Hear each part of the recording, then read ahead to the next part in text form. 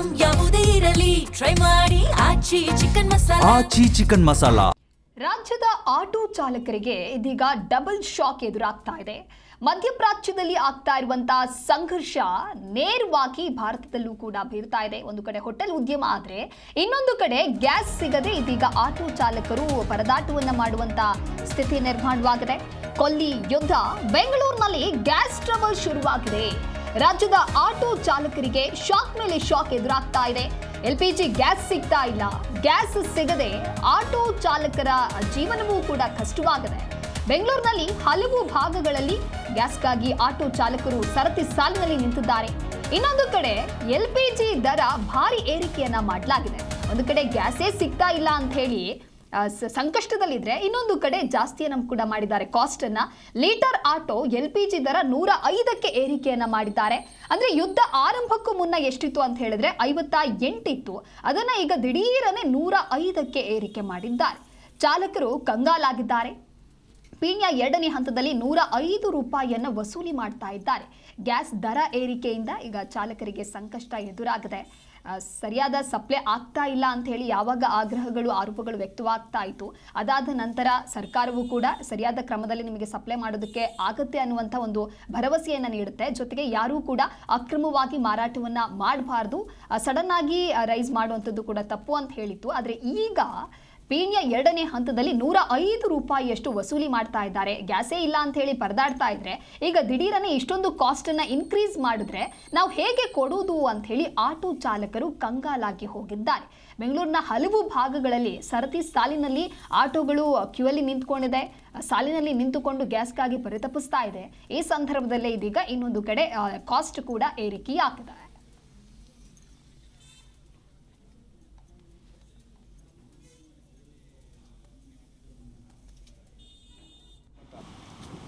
ಮಧ್ಯಪ್ರಾಚ್ಯದಲ್ಲಿ ಆಗ್ತಾ ಇರುವಂತಹ ಸಂಘರ್ಷ ಈ ರೀತಿಯಾದಂತಹ ಸಮಸ್ಯೆಯನ್ನ ತಂದೊಡ್ಡಿದೆ. ಇರಾನ್, ಇಸ್ರೇಲ್, ಅಮೆರಿಕಾದಲ್ಲಿ ನಡೀತಾ ಇರುವಂತಹ ಒಂದು ಸಂಘರ್ಷ ಯಾವ ರೀತಿಯಾಗಿ ನೇರವಾಗಿ ಭಾರತದಲ್ಲಿ ಎಫೆಕ್ಟ್ ಆಗ್ತಾ ಇದೆ, ಜೊತೆಗೂ ಉದ್ಯಮಕ್ಕೆ ಹೇಗೆ ಅದರ ಎಫೆಕ್ಟ್ ತಟ್ತಾ ಇದೆ ಅನ್ನೋದಕ್ಕೆ ಇವೆಲ್ಲವೂ ಕೂಡ ಉದಾಹರಣೆ.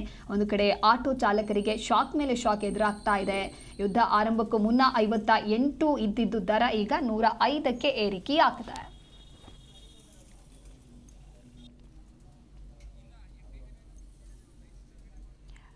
ಇದಕ್ಕೆ ಸಂಬಂಧಪಟ್ಟಂತೆ ಮತ್ತಷ್ಟು ಮಾಹಿತಿಯನ್ನು ನೀಡ್ತಾರೆ ನಮ್ಮ ಪ್ರತಿನಿಧಿ ಮಂಜುನಾಥ್ ಲೈವ್ ನಲ್ಲಿ ಜಾಯ್ನ್ ಆಗ್ತಾ ಇದ್ದಾರೆ. ಮಂಜುನಾಥ್, ಈಗಾಗಲೇ ಮಧ್ಯಪ್ರಾಚ್ಯದಲ್ಲಿ ಆಗ್ತಾ ಇರುವಂತಹ ಸಂಘರ್ಷ ನೇರವಾಗಿ ಒಂದು ಕಡೆ ಹೋಟೆಲ್ ಉದ್ಯಮ, ಇನ್ನೊಂದು ಕಡೆ ಆಟೋ ಚಾಲಕರಿಗೂ ಕೂಡ ಅದರ ಎಫೆಕ್ಟ್ ತಟ್ತಾ ಇತ್ತು. ಯುದ್ಧ ಆರಂಭಕ್ಕೂ ಮುನ್ನ 58 ರೂಪಾಯಿ ಇದ್ದಿದ್ದು ಈಗ ಸಡನ್ ಆಗಿ 105ಕ್ಕೆ ಏರಿಕೆ ಮಾಡ್ತಾರೆ ಅಂತ ಹೇಳಿದ್ರೆ ಆಟೋ ಚಾಲಕರ ಕಥೆ ಏನು, ಇದಕ್ಕೆ ಕ್ರಮ ಏನು?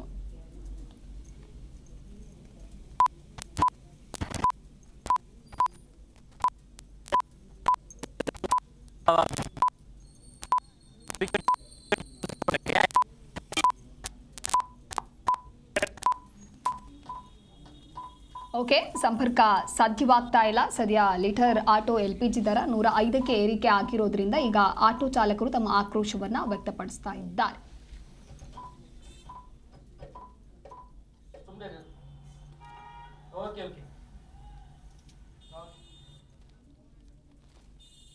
ಇದಕ್ಕೆ ಸಂಬಂಧಪಟ್ಟಂತೆ ನಮ್ಮ ಪ್ರತಿನಿಧಿ ಮಂಜುನಾಥ್ ದೂರವಾಣಿ ಸಂಪರ್ಕದಲ್ಲಿದ್ದಾರೆ. ಮಂಜುನಾಥ್, ಮಧ್ಯಪ್ರಾಚ್ಯದಲ್ಲಿ ಆಗ್ತಾ ಇರುವಂತಹ ಸಂಘರ್ಷ ಇಲ್ಲಿ ಆಟೋ ಚಾಲಕರಿಗೆ ಯಾವ ರೀತಿಯಾದಂತಹ ಎಫೆಕ್ಟ್ ನೀಡ್ತಾ ಇದೆ ಅಂದ್ರೆ 58 ಇದ್ದಿದ್ದು ಈಗ ಸಡನ್ ಆಗಿ 105ಕ್ಕೆ ಏರಿಕೆ ಆಗ್ತಾ ಇದೆ ಅಂತ ಹೇಳಿದ್ರೆ ಆಟೋ ಚಾಲಕರು ಏನ್ ಮಾಡ್ಬೇಕೀಗ?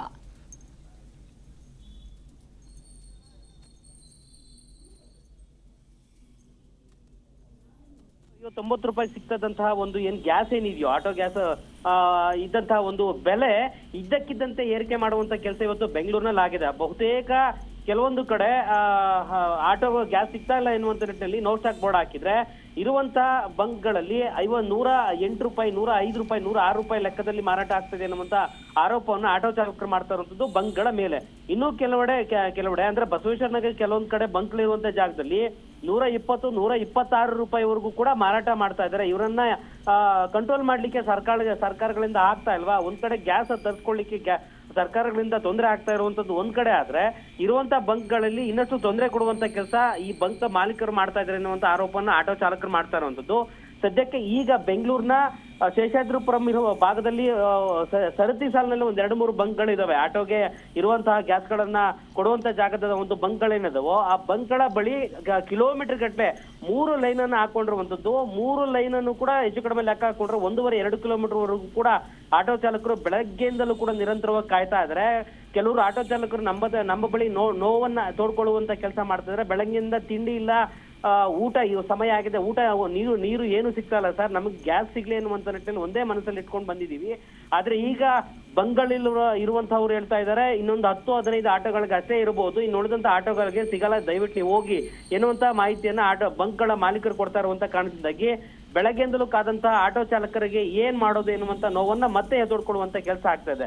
ಈ ಮೂಲಕವಾಗಿ ಮಧ್ಯಪ್ರದೇಶದಲ್ಲಿ ಆಗ್ತಿರುವಂತಹ ಯುದ್ಧದ ಭೀತಿ ಜೊತೆಗೆ ಯುದ್ಧದ ಒಂದು ಎಫೆಕ್ಟ್ ಜನರಿಗೆ ಬೀಳ್ತಿರುವಂತದ್ರ ಜೊತೆಗೆ ಆಟೋ ಚಾಲಕರು ಕೂಡ ಬೀಳ್ತಿರೋ ಒಂದು ವಿಪರ್ಯಾಸ ಆಗಿದೆ ಅಂದ್ರೆ ತಪ್ಪಾಗಲ್ಲ ದಿವ್ಯಾ.